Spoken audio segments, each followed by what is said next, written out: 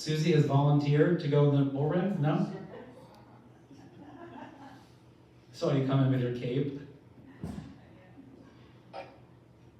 So just to show you a map, we're sort of starting like this trip is more like a check mark, because we're starting in the bottom corner of Portugal and then sneaking into Spain and then migrating up towards Madrid and then finishing in Barcelona.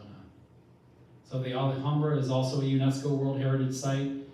This palace dates back to the 11th century, and it's also still known as a government/city building. So depending on what's happening there, they still use this building for dignitary events and for government meetings and such. So if we can't use that, then we will substitute it with something else, but you still will be able to see it.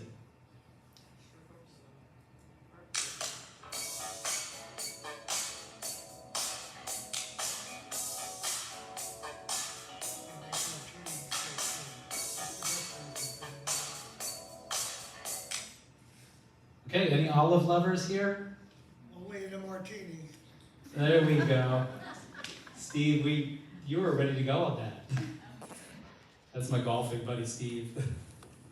Anyway, this is on day 9. This is another highlight that shows up in the top 5 for most of our travelers, where we go to the olive farm and we talk to the farmers about what they go through. The olive tree species dates back to 220 to 40 million years. And the oldest olive trees in this area date from a range of 300 to 600 years.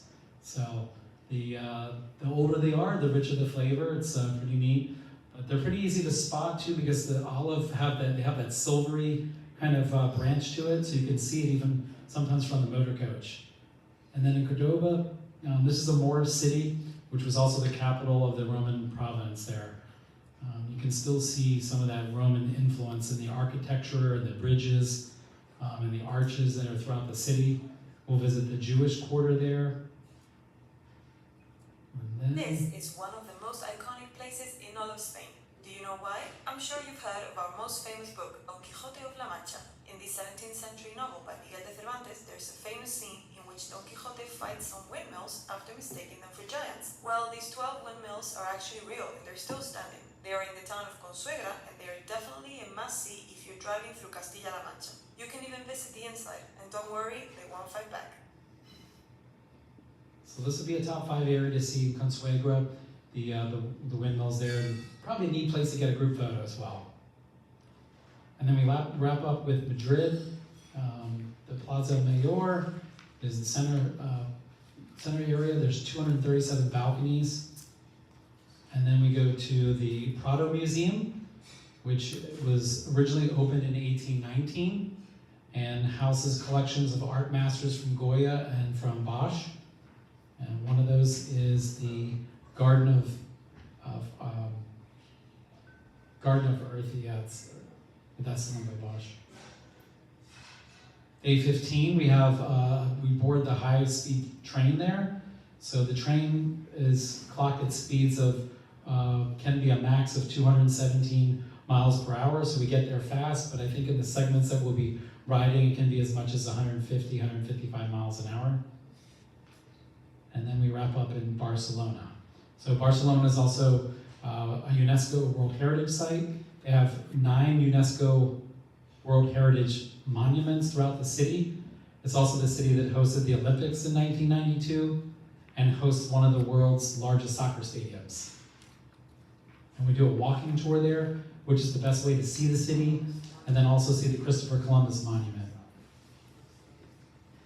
And those of you that are familiar with Antoni Gaudi, we will see the Casa Batlló, which is the residence that he built, which is spectacular, where the roof looks like a dragon, and the top spire looks like a sword going in to the dragon. So there's so much creativity with his art and architecture and engineering.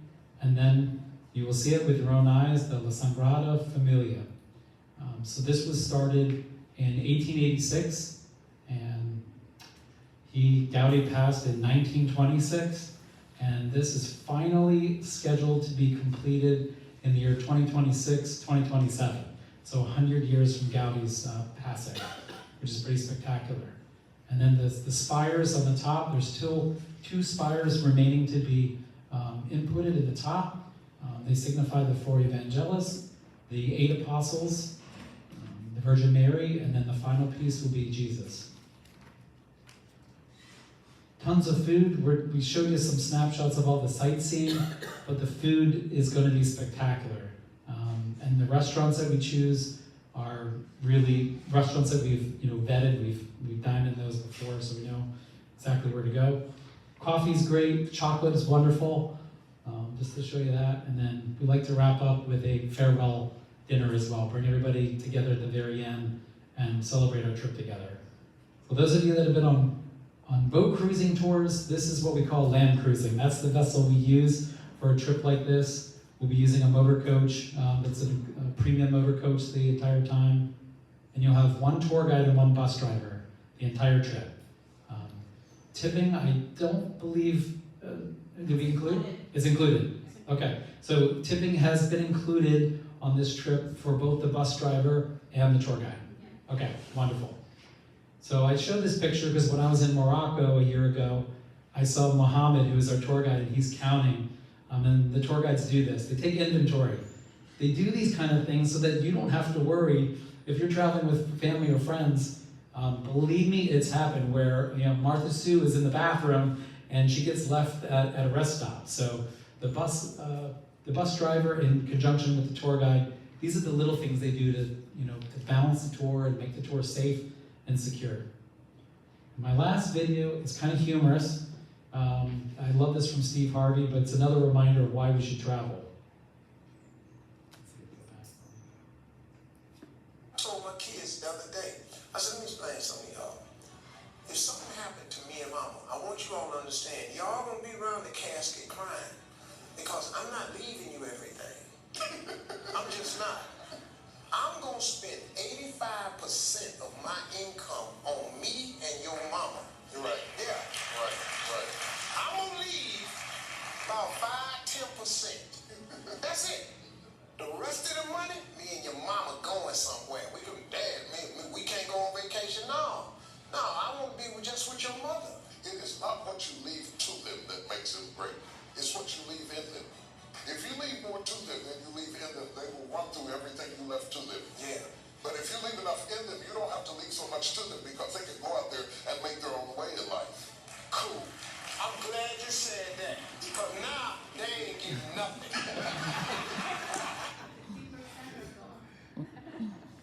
All right, well, let's take a pause, and then we'll open this segment of our presentation tonight for question and answer.